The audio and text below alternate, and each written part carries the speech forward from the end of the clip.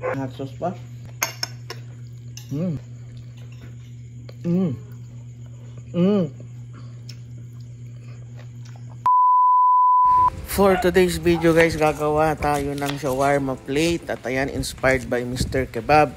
Ayan guys, hinihiwa ko lang yung sibuyas. Kung ready na kayo matakam guys, ayan, pwede nyo itong gayahin. Ayan, after ng sibuyas guys, isusunod naman natin yung ating kamatis.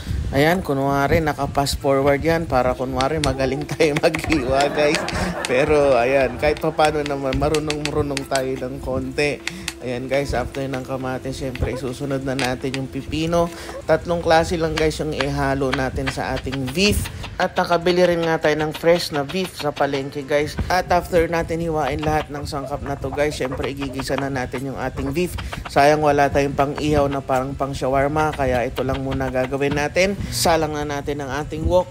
Lagyan na natin ng oil yan. Tapos lagay tayo ng maliit na butter dahil yan na lang natitira sa ref. Lagyan na natin ng sibuyas bawang yan, insan. Tapos antayin lang natin medyo mag-brown yan guys. Pag ganyan na kulay guys, lagay na natin yung ating beef. Tapos guys, ayan, haluin lang natin hanggang sa magisa ng maigi para mas masarap yung ating beef.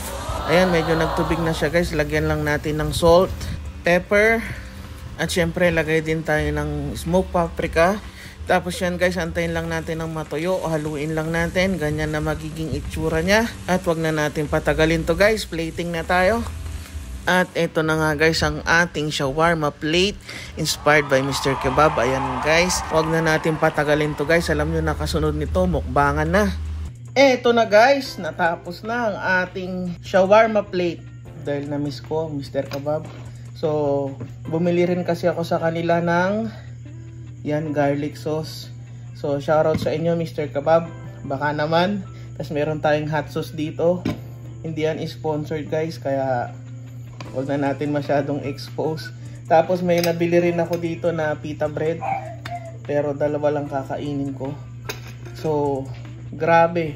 Crave na crave ko to. Kaya, start na tayo.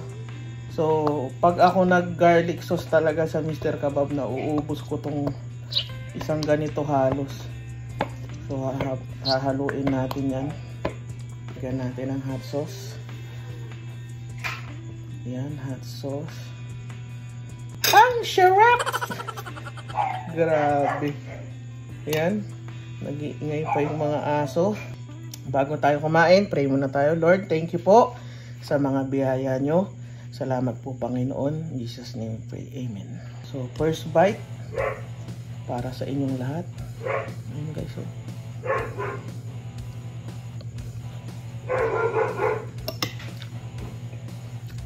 Ay! Ay, grabe guys. Lagyan natin ng hot sauce pa. Medyo kulang pa.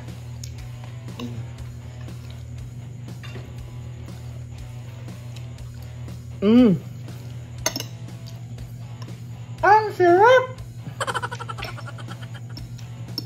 Solid. Pita bread. Pwede natin lagyan yan dyan. Pwede rin direct na.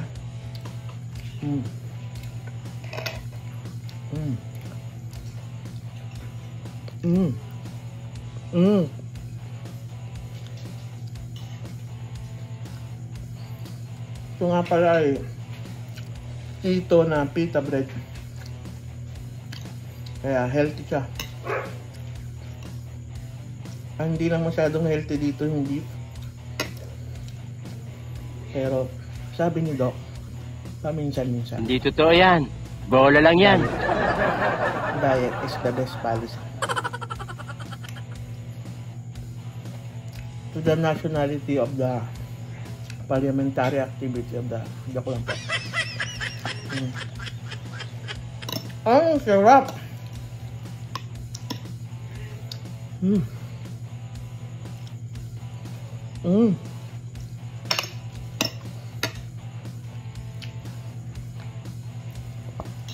Grabe.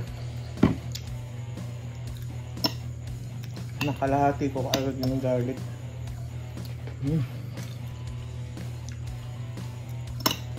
Masarap lahat ng minumukbang ko. Abangan nyo guys. Nakabili tayo ng pabo, turkey. Ililitsyon ulit natin. Yes!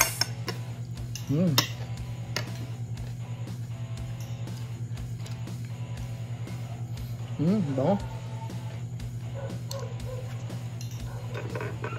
Ang sarap. Grabe.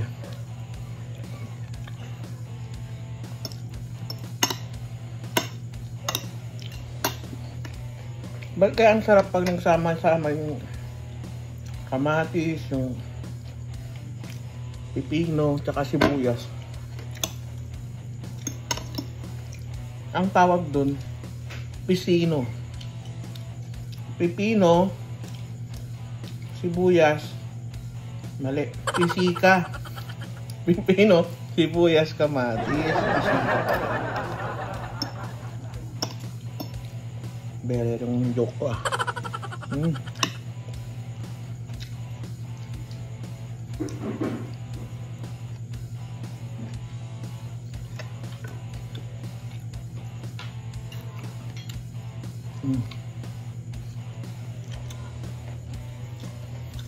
Wala akong masabi.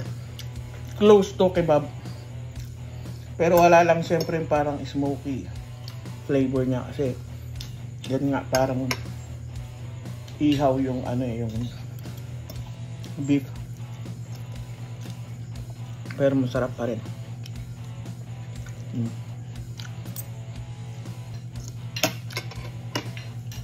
And guys, hanggang dito na lang. Pwede nyo gayahin to, Mr. Kebab Style. Sobrang solid. Ayun lang, maraming salamat sa inyong panonood sa Bertmo TV. Thanks and God bless.